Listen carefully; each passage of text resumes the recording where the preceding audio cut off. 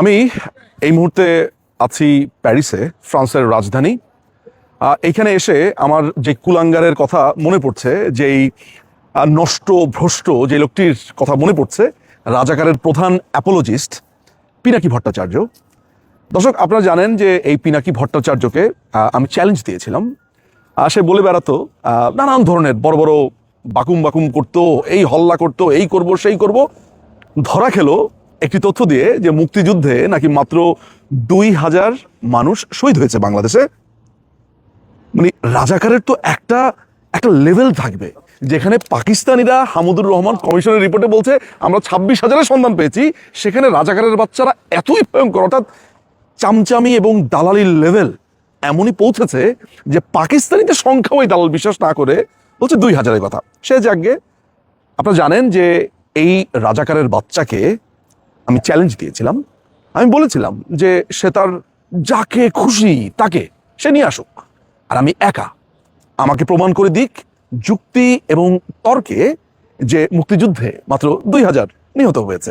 কোথায়কার কোন গার্ডিয়ানের না কার একটা চোথা বের করেছে, সেই চোথা বের করে প্রমাণ করতে চাইছে এ শুধু লম্বায় বেড়েছে, এর হাড্ডি শুধু বড়ই হয়েছে, গ্রে ম্যাটার যেটা আছে মগজে তার কিছুই তার হয়নি। আমি জানি না এর বাবা মা কি কখনো এমন বোধ করে কিনা যে একটা সাপের বাচ্চা জন্ম দিয়েছি। শ্যামল যদি বেঁচে থাকতো, অর্থাৎ তার বাবা শ্যামল, সে যদি বেঁচে থাকতো, আমার ধারণা মরে যেত আরো কয়েকবার। আর তার মা, আমি জানি না যে এই তার গর্ভে এই নোংরা কুৎসিত এই শুয়োর বৎসকে জন্ম দেওয়ার পর আমি জানি না তিনি কেমন অনুভব করেন। এত নোংরা, তার কি লজ্জা হয় যে আমি আমার গর্ভে 9টি মাস একটা সাপের বাচ্চা পুষেছিলাম? পিনাকি, তোকে এই প্যারিসে এসে আমি আবার চ্যালেঞ্জ দিয়ে গেলাম, কালকে ইনভ্যালিডে থাকবো, ফ্রেঞ্চ পররাষ্ট্র মন্ত্রণালয়ের সামনে দুপুর 2টোয় চলে আসিস। তোর যে চ্যালেঞ্জ, লম্বা লম্বা কথা, আমাকে তোর বাসাতেই চলে এসেছি, তোর বাসাও আমি জানি, বাট তোর বাসার সামনে যাওয়ার প্রয়োজন বোধ করি না। কিন্তু তোকে তুই যেই শহরে তুই রিফিউজি, সেই শহরেই আসলাম। তুই তো শরণার্থী, মিথ্যা কথা বলে শরণার্থী হয়েছিস। তুই ওই ইনভ্যালিডে আসবি পররাষ্ট্র মন্ত্রণালয়ের সামনে এসে, তোর যদি হ্যাডম থাকে, তোর যদি সাহস থাকে, তাহলে আমি প্যারিসে এসেছি, তুই এসে আমাকে বোঝা। শত শত মানুষের সামনে ডিবেট হবে, তারা তোকে ঘিরে দেখবে, তুইও ডিবেট করবি, আমিও ডিবেট করব, প্রমাণ হয়ে যাবে কে জানে, কে যুক্তি দেয়, কে সত্য কথা বলে। লেখাপড়া করি না আমরা, নাকি আমরা পার্ট অফ রেভলিউশন না, নাকি আমরা কিছু বুঝি না, নাকি আমরা মূর্খ সদা?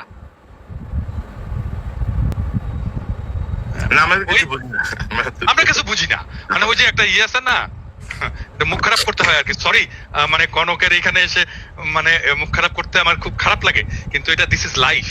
হ্যাঁ, দিস ইজ লাইফ।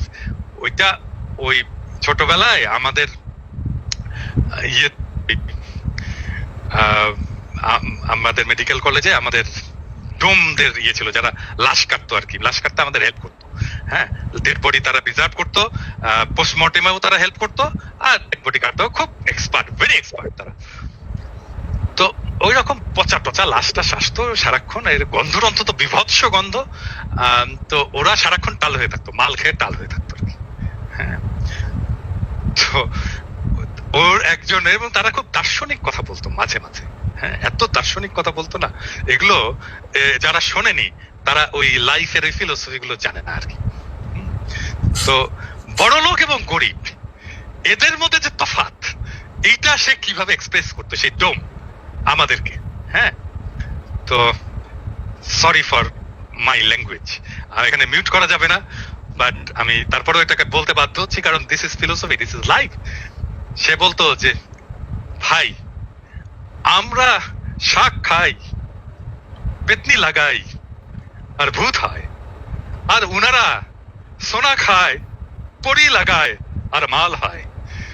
তো এই যে সরকার, এই যে প্রফেসর ইউনূসের সরকার, এইখানে দরকার সোনা খাওয়া লোক, যারা পরি লাগিয়েছে এবং যারা মাল পয়দা করেছে, তাদেরকে দরকার প্রফেসর ইউনূসের সরকারের। আর আমরা, আমাদের বাপেরা শাক খেয়েছে, পেতনি লাগিয়েছে, আমরা ভূত হয়েছি। আমাদের কি, আমাদের এটা রাষ্ট্র? এটা আমাদের রাষ্ট্র না, এই রাষ্ট্র ওদের যারা সোনা খায়, পরি লাগায়, আর মাল হয়। আমাদের মতো পেতনি পেতনি চোদার রাষ্ট্র এটা না তো, এটা গরিবের রাষ্ট্র তো না, এটা খুবই এটা দরিদ্রের রাষ্ট্র না, এটা গণমানুষের রাষ্ট্র না, এটা এলিটের রাষ্ট্র। এই এলিটের রাষ্ট্র ভেঙে দেব এবং এটাই আমার লক্ষ্য।